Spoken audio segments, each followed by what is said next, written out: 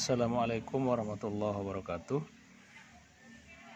Baiklah ananda semuanya, siswa-siswi MD1 Lemuk Tengah, sebagaimana yang sudah saya sampaikan, kita akan belajar sejarah kebudayaan Islam.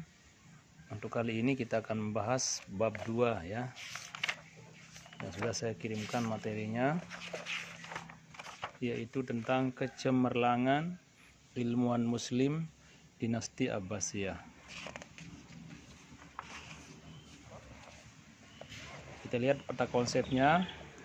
Yang pertama di situ adalah kecemerlangan ilmuwan muslim dinasti Abbasiyah.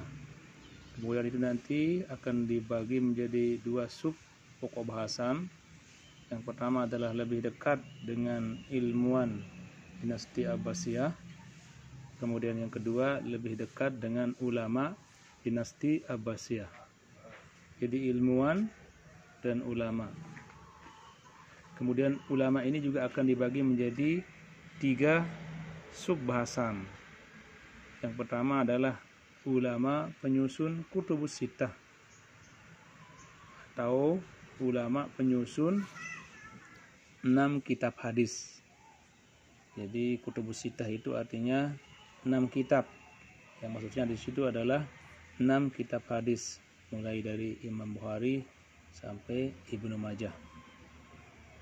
Kemudian yang kedua adalah 4 ulama mazhab ya. Ulama mazhab yang dimaksudkan di sini adalah ulama mazhab yang terkenal.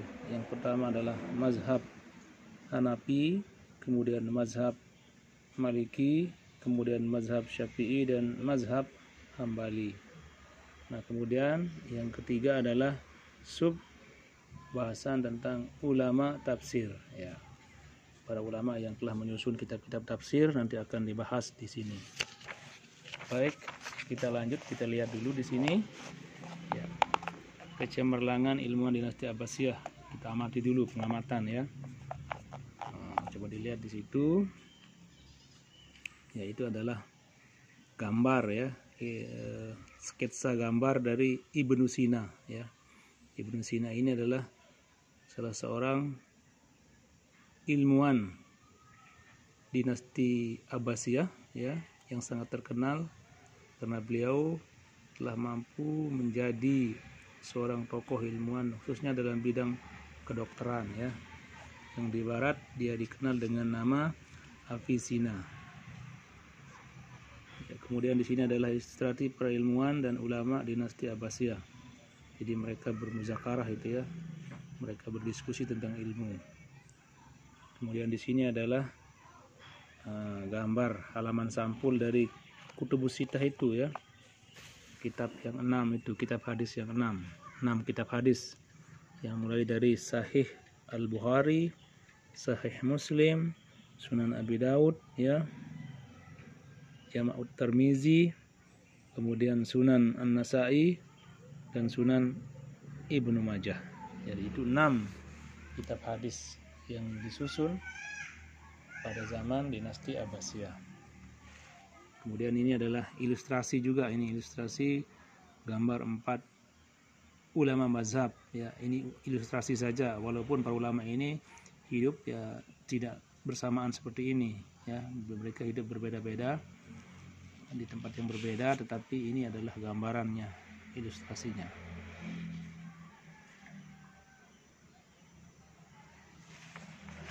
Ya, kita mulai langsung dengan bagian A ya. Lebih dekat dengan ilmuwan muslim dinasti Abbasiyah ya.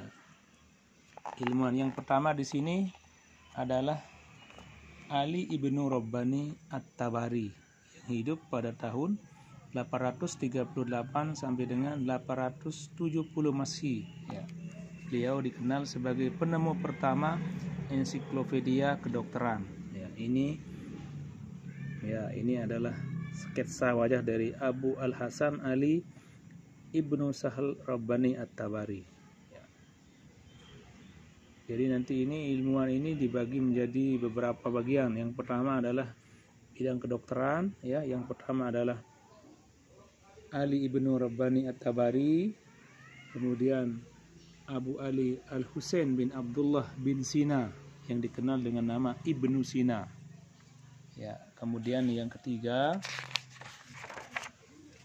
adalah Abu Bakar Muhammad bin Zakaria Al-Razi yang dikenal dengan nama Al-Razi. Ya.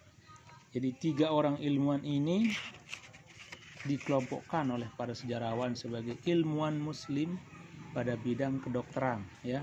Sekali lagi pada bidang kedokteran, yaitu Ali ibnu Rabbani At-Tabari, kemudian Ibnu Sina, kemudian Al-Razi. Singkatnya Al-Razi, ya. Abu Bakar Muhammad bin Zakaria Al-Razi. Kita bahas sekarang yang pertama dulu, Ali ibnu Rabbani At-Tabari, ya.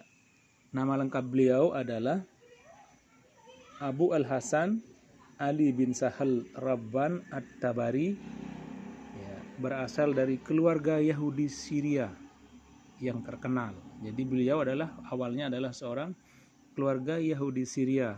Nah, beliau terkenal, ya, keluarga yang terkenal maksudnya, yang tinggal di Mev, ya. Kemudian beliau pindah ke Tabaristan sehingga dikenal dengan nama At-Tabari.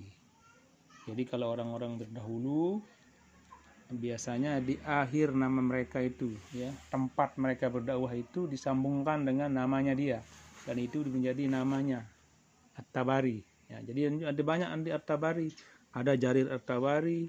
Jarir At-Tabari itu ahli tafsir. Yang kita bahas di sini adalah Ali ibnu Rabbani At-Tabari, seorang penemu pertama ensiklopedia kedokteran, ya.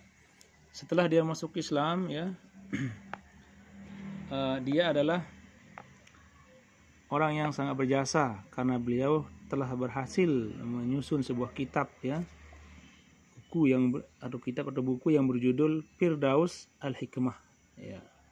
Jadi ini dilakukan setelah beliau masuk agama Islam. Dia juga dikenal sebagai seorang dokter, ya.